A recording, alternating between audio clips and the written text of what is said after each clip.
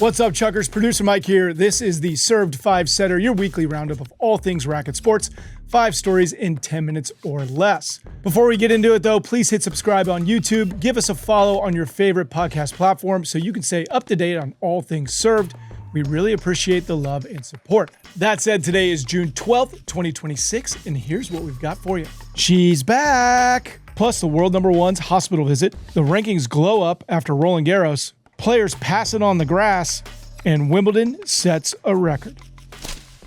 First up on Tuesday at the Queen's Club in London, Serena Williams played her first competitive match since walking away from the sport after the 2022 US Open. The GOAT entered the women's doubles alongside 19-year-old Canadian Victoria Mboko, and the two of them knocked off the number 3 seeded duo of Nicole Melikar-Martinez and Aaron Rotleff in straight sets 7-6, 6-2. By any measure, it was a success. The best sign, the Queen's serve was there. Serena clocked service winners up to 120 miles per hour, served for the match herself, and set up match point with an ace. The packed crowd at Andy Murray Arena on a sunny London afternoon got the show that they came for.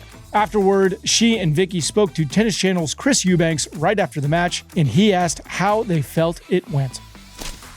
Well, Serena, Vicky, both a very welcome sight to see you back on the practice court, finally able to see you two team up together. Want to get your initial thoughts on how you felt you played.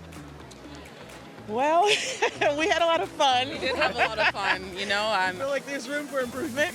As I'm sure I expected you to say. There were so many times in the match where we were kind of just like, this could be so much better. We could be doing so, like, we know, you know, this is but embarrassing that I missed that. Oh my God. yeah, but you know, it was a little funny. We had a little bit of humor to it, and it kind of made me more relaxed. And you know, we at the end of the day, we just went for it. Both of our game styles, I feel like, complement each other very well, and you know, that really helped us get through today. Disappointingly, though, on Wednesday, Mboko was forced to retire from her singles match against Karolina Pliskova after slipping behind the baseline, chasing a return and injuring her left knee. On Thursday, Queen's Club made it official. Serena and Vicky were out of the doubles draw. We wish Vicky a speedy recovery and hope to see the world number 9 on the grass at Wimbledon. So the Queen's Club run was sadly cut short, but the return has only just begun. Per the Times, Serena will play doubles next week at the Berlin Tennis Open with world number 10, Karolina Muchova. Serena's serve combined with Muchova's volleys, that is must-watch tennis. On to set number 2, where the world number 1 got himself a clean bill of health. On Monday, reports begin to circulate that Sinner visited the San Raffaele hospital in Milan for 2 days of extensive testing. Italian media reported Jannik was, and I quote from the translation, turned inside out like a sock. The Milan facility was apparently selected over Sinner's usual setup specifically to get opinions from more specialists. This was all a result of Sinner's shocking early exit from Roland Garros, a match in which he was up 2-0 and leading 5-1 before the Italian began to look extremely limited physically and appeared to wilt in the French heat. Fans and pundits expressed concern over the possibility of a deeper-seated issue beyond the typical heat challenges and cramps.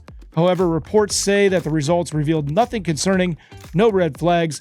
Sinner has already resumed training and is fully cleared to play. Jannik is not rushing back, though, to competitive tennis. The 4-time Grand Slam winner is skipping all the official grass court tune-ups, but will take part in the Giorgio Armani Tennis Classic, an exhibition at the Hurlingham Club in London the week before Wimbledon. We look forward to seeing the defending Wimbledon champ back on green grass with maybe a little bit of London cloud cover. All right, now on to set number 3. After Roland Garros, the rankings on both tours got a serious shakeup. Let's lead off with the Cinderella story of Cinderella stories, Maja Chwalinska, who took the tennis world by storm. The qualifier that went on to become a finalist leapt 93 spots in the WTA rankings from number 114 to 21. That is not a typo. Top 100, top 50, top 30, all in a 3-week span. Just the second qualifier in the Open era to reach a slam final after Emma Raducanu did so in 2021 when she went on to win the US Open. But before you think that she is getting a seated spot in London, disappointingly for Maja, the Wimbledon entry list was locked back in mid-May when Maja was still ranked 114. So unless the All England Club hands her a wild card, her next appearance will be in round 1 of qualifying at Wimbledon. Maja herself says she's not expecting a wild card, so she may have to go Cinderella Part 2. Now for more rankings shakeups, another French Open qualifier, Wang Xiyu, ripped off 6 wins to make the round of 16, giving her a 48 spot boosting in the rankings. France's Diane Parry jumped 37 spots to number 55. In the 22-year-old French Open semifinalist, Diana Schneider went from number 23 to number 16, and Maria Sakkari, the former world number 3 who fell outside the top 90 last year, continues her resurgence by moving up 12 spots to number 37. On the men's side, FAA, or Felix Demi, reached a career high of number 4. Italy's Flavio Cavoli, the runner-up in Paris, cracked the top 10 for the first time. Teenage sensation Rafael Hodar made his top 25 debut, reaching a career high of 23, and fellow teen Joao Fonseca climbed back inside the top 25 with his career wins at Roland Garros. Also, both Matteos had massive weeks. Berrettini climbed 57 spots to 48 off a quarterfinal run, and Matteo Arnaldi, who made it all the way to the semifinals before a virus knocked him out, moved 70 spots to number 34. Congrats to all. Now on to set number 4, and despite the grass season having just sprouted, the withdrawal lists are already doing their best Roland Garros impression. First up, Jack Draper, the former world number 4, is out of Queens, still managing the knee issue that derailed his clay season. This is a guy who dealt with a serious arm injury middle of last year, looked to come back earlier this year, only to have the knee injury flare up. He's targeting Eastbourne for his return, which gives him exactly 1 week to find his legs before Wimbledon. He calls Queens, quote, one of my favorite events of the year. Tough one for Jack, and we'll all have to wait a little bit longer to see the debut of coach Sir Andy Murray in Draper's box.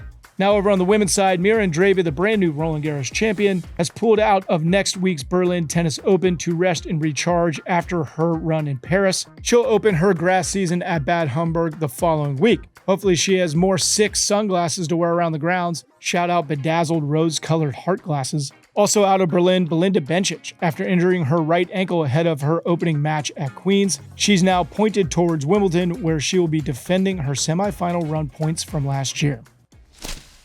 Now for the final set, the Wimbledon brass held their annual press conference on Thursday and dropped the figures for the championship's prize money for 2026. The big number is 64.2 million pounds, or roughly 86 million US dollars total. That's a 20% jump from last year. The singles champions will each take home 3.6 million pounds, or 4.8 million US dollars, and even first round losers walk away with 80 grand.